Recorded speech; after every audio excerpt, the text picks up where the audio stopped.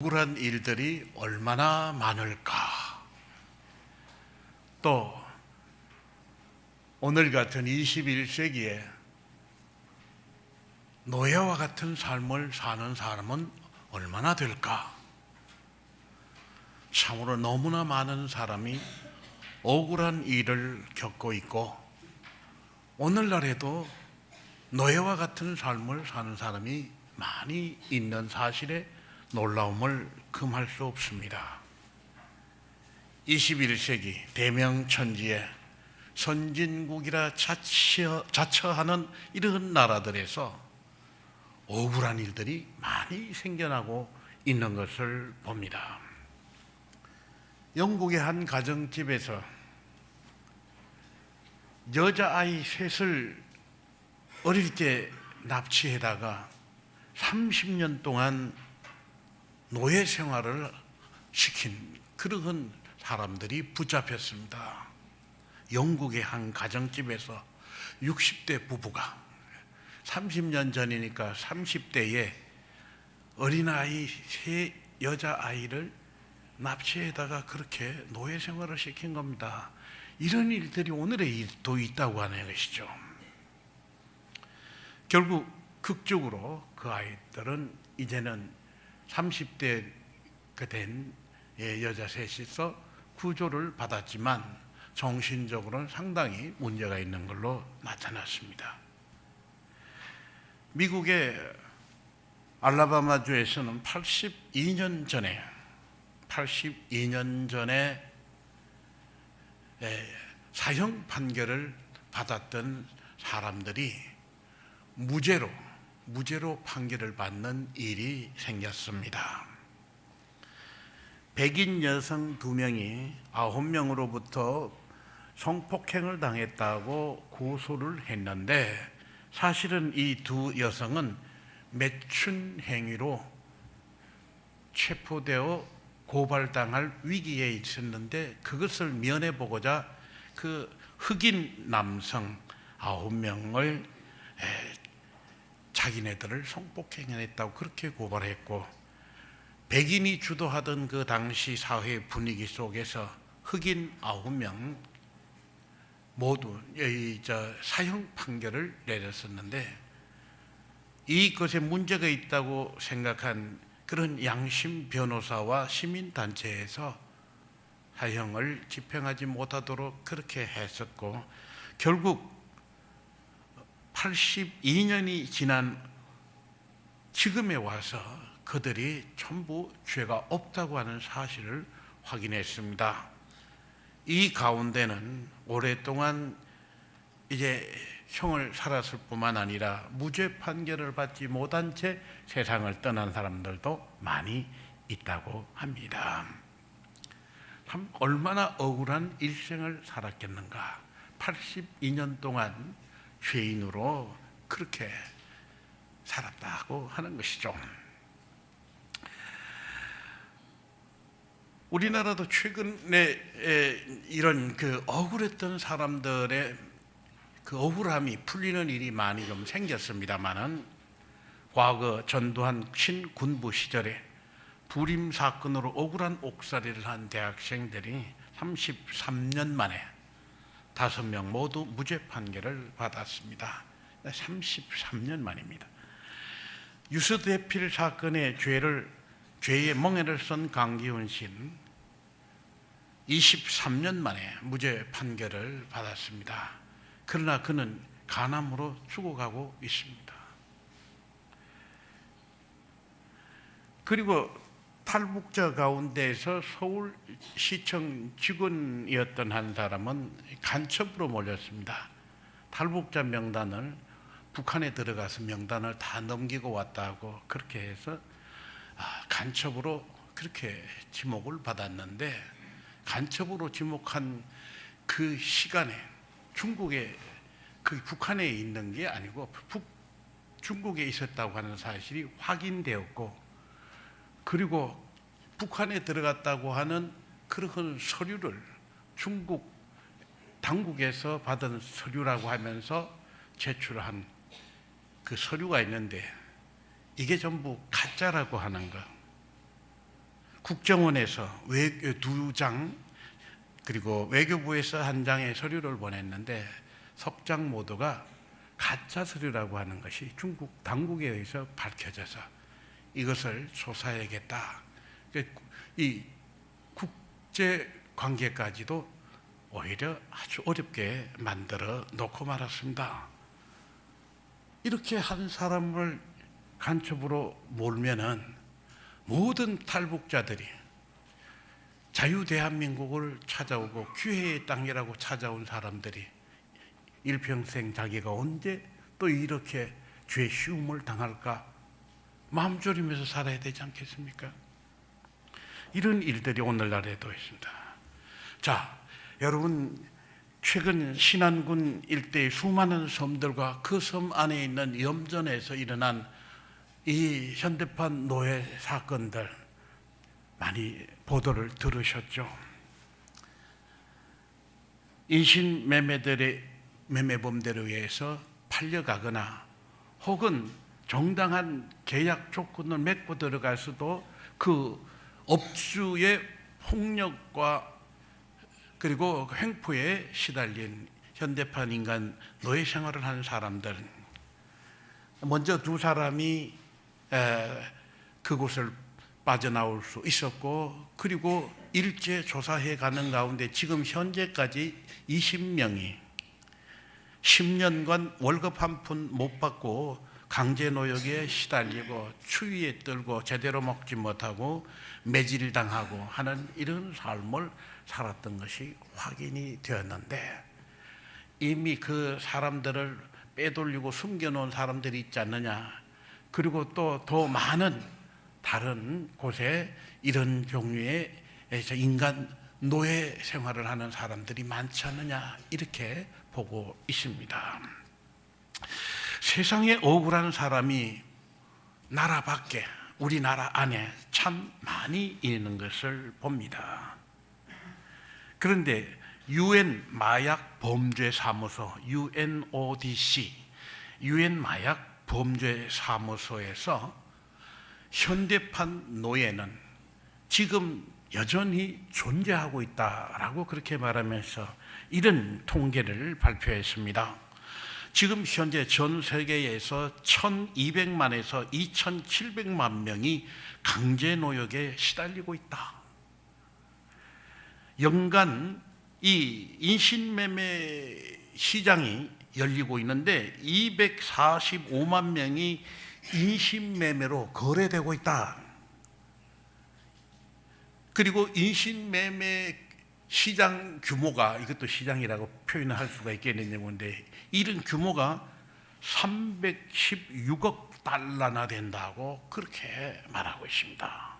이들 가운데 77%가 여성이고 87%가 미국이나 서유럽 선진국에서 매춘업소에서 착취를 당하고 있다. 영국의 경우 매년 100여 건의 이상의 인신매매가 촉발이 되고 있고, 인신매매되는 여성이 영국에만 4천에서 1만 명으로 추산하고 있다, 그렇게 말하고 있습니다. 세상 곳곳에, 사람 사는 곳에 정말 이런 잘못된 일들, 억울한 일들 너무나 많은 것을 봅니다. 하나님은 모르고 계시는가?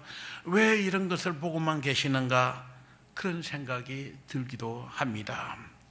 그러나 하나님은 반드시 제자리로 돌려놓으시는 하나님이시다. 하나님 앞에서는 공소시효가 없습니다. 사람들 사이에서는 법적으로 공소시효가 있어서 어느 정도 지나면 그만이지만, 그러나 하나님 앞에서는 공소시효 없이 그가 살아있든지 죽었든지 반드시 그 잘못을 물으시고 그 억울함을 풀어주시는 분이십니다. 때가 되면 반드시 바로 잡으시는 하나님이심을 생각하게 됩니다. 여기서 우리는 이스라엘 백성들을 잊지 아니하시고 이제 고국으로 돌려주시던 때의 이야기를 성경 말씀을 통해서 돌아보면, 이스라엘 백성, 하나님 앞에 범죄함으로 망한 백성들입니다. 망한 나라요, 그리고 벌받은 백성들입니다.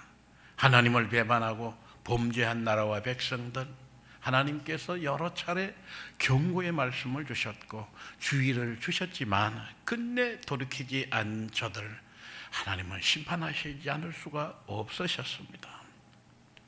북이스라엘이 아수르에 먼저 망하고 남유다는 바빌론에 망합니다. 저들은 분명히 제 잘못으로 인해서 심판을 받아 마땅한 사람들이었습니다. 그러나 하나님은 아주 버리지 않으셨습니다.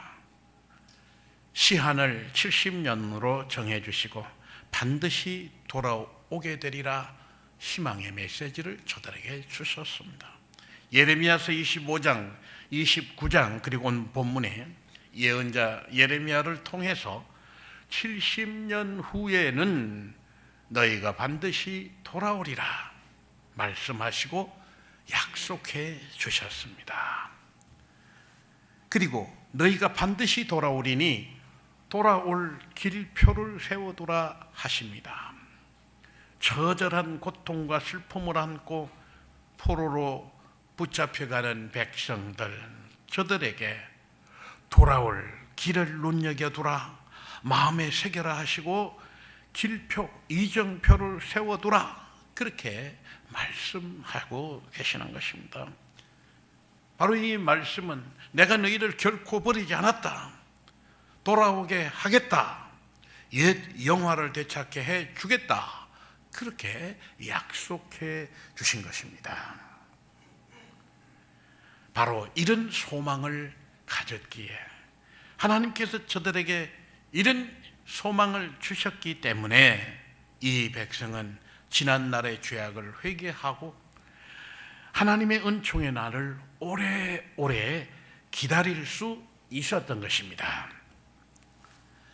희망을 잃은 사람은 돌아갈 준비를 하지 못합니다. 돌아올 희망이 있고 목표가 있는 사람은 돌아올 표지를 남깁니다. 돌아갈 지형을 외워둡니다.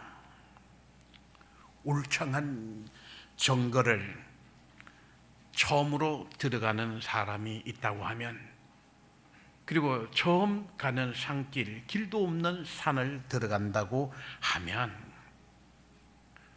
그냥 무조건 들어갔다가는 제자리로 찾아 나오지 못합니다. 그렇기 때문에 참으로 울창한 정글 속에를 들어가거나 혹은 처음 가는 산, 길도 없는 산을 들어갈 때에는 이제 반드시 돌아올 길표를 합니다. 꼬리표를 달아두든지 나무 가지를 꺾어 놓든지 해서 이제 내가 들어갔다가 돌아올 길이 어딘지 헤매지 않고, 그리고 길을 잃어서 생명의 위협을 받는 일이 없도록 그렇게 해서 꺾어진 나무 가지를 보고 돌아 나온다든지, 그리고 달아놓은 꼬리표를 보고 나온다든지 이렇게 되돌아올 수 있는 것이죠. 돌아올 생각이 없는 사람은 결코 길 표시를 남기지 않습니다.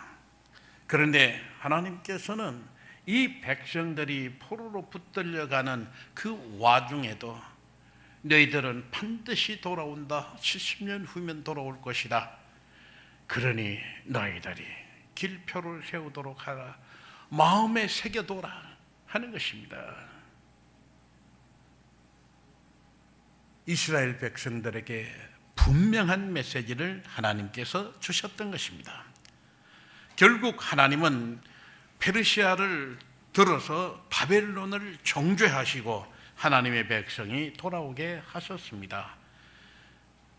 이스라엘 백성이 범죄한 백성이지만 하나님께서 약속하신 대로 용서하시고 정한 때에 해방시키시고 돌아오게 하시고 새 삶을 세우고 새 나라를 세우게 해 주셨습니다. 이 하나님의 구원의 역사는 지난날 과거에 이스라엘 백성에게만 허락하신 것이 아니라 오늘 우리에게도 현재 진행형으로 하나님께서는 우리를 사랑하시고 우리에게 소망을 주시고 우리의 허물을 용서해 주시고 구원하여 주신다고 하는 사실입니다. 하나님은 공의로 심판하시고 억울한 사람, 짓밟히는 사람을 반드시 건져내 주시는 분이시요, 사람들은 조급하지만 하나님은 정한 때가 되시면 하나님께서 정하신 그때 이 일을 하시고, 그리고 어떤 경우에도 구원의 팔을 펴시는 하나님이시라고 하는 점을 우리가 잊어서는 안 될 것입니다. 그런데 하나님의 백성 된 자, 하나님의 은총을 사모하는 사람, 주 예수 그리스도를 믿는 사람들이 할 일이 있습니다. 하나님의 백성 된 우리들은 주님의 은총을 믿어야 합니다. 믿고 기다려야 하고 하나님과 소통해야 하고 모든 일을 주님께 아뢰고 호소할 수 있어야 한다는 점입니다.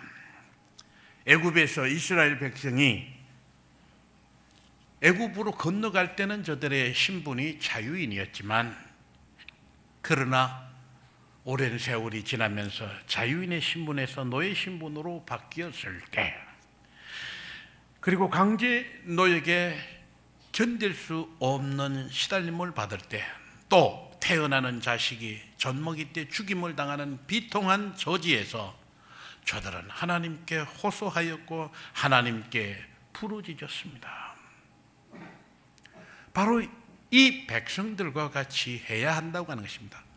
바벨론에서 고통을 당할 때 하나님께 아뢰고 주님의 약속을 되새기며 희망을 가졌을 뿐만 아니라, 억울한 일을 당하거나 민족이 모두 학살 위기에 처했을 때 온 백성이 함께 금식하고 기도하였습니다.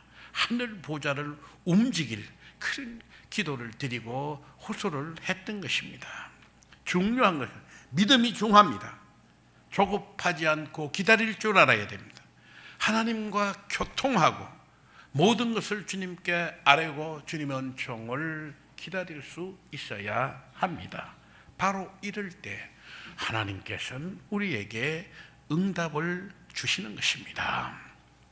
이번 신안군 섬들의 염전노예 사건에서 눈여겨볼 일이 하나 있습니다. 노예로 팔려간 한 사람이 그 어머니에게 편지를 붙여서 우리를 구해주기를 바라는데, 요렇게 접근해서 우리를 구해주세요 라고 했습니다. 바로 그 편지를 붙임으로 인해서 저들에게 참으로 그 노예 생활에서 해방되고, 그리고 자유를 얻고 돌아올 그런 실마리를 얻게 된 것입니다. 전 노예로 팔려간 사람들, 섬에서 육지로 탈출할 방법은 아무것도 없었습니다. 스스로 할 수 있는 게 없었어요.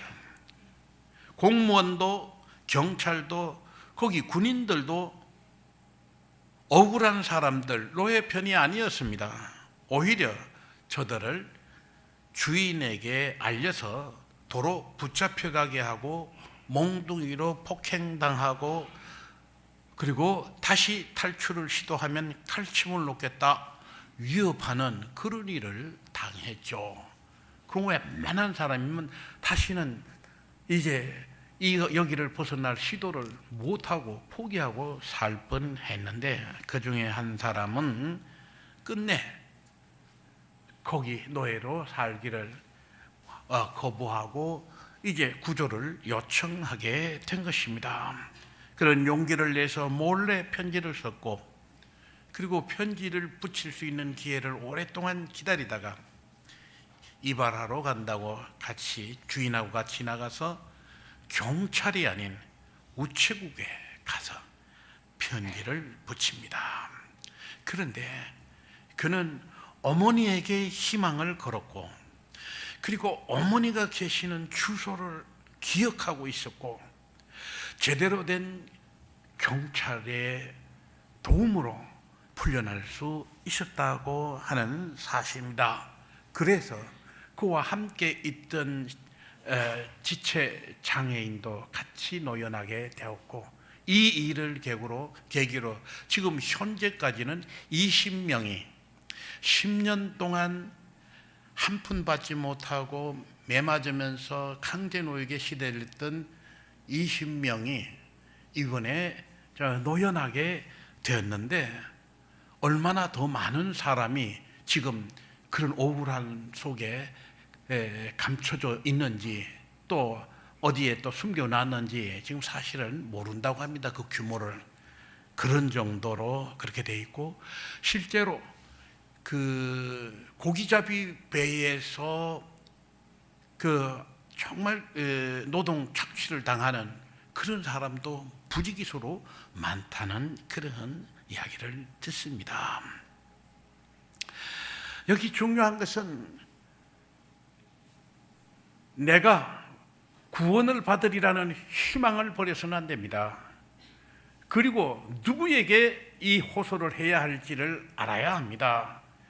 그분이 계시는 곳을 알아야 하고 그분에게 내 소식을 전할 방도를 아는 것이 중요하고 결코 좌절하지 않고 끝까지 소망을 가진 사람은 자유를 얻을 수 있는 것이죠. 하나님의 자녀된 우린 예수 그리스도를 믿고 예수 그리스도의 소망을 둔 우리들은 무슨 일을 만나든지 우리 인생길에 함께 하시는 주님을 믿고 의지해야 합니다. 우리가 인생길에서 길을 잃을 때가 있을 것입니다. 억울한 일을 당할 때 있을 것입니다. 죄의 길에 빠졌더라도 우리는 돌아갈 길이 있음을 기억해야겠습니다. 주님이 우리 위해 길표를, 이정표를 세워주셨음을 잊지 않아야겠습니다. 주님께서는 우리를 맞이하기 위해서 두 팔을 벌리고 기다리고 계심을 잊지 않아야겠습니다. 사랑하는 여러분, 우리가 세상 살아가는 동안 우리 인생길, 나의 갈 길 다 가도록 우리는 혼자가 아닙니다. 항상 주님이 계시고 주님께서 우리의 음성에 귀를 기울이시고 우리의 마음의 호소를 우리 육신의 부르짖음을 듣고 계시는 분이요, 우리를 구원하시고 우리를 영접할 준비를 하고 계시는 주님이 계심을 결코 잊어서는 안 될 것입니다.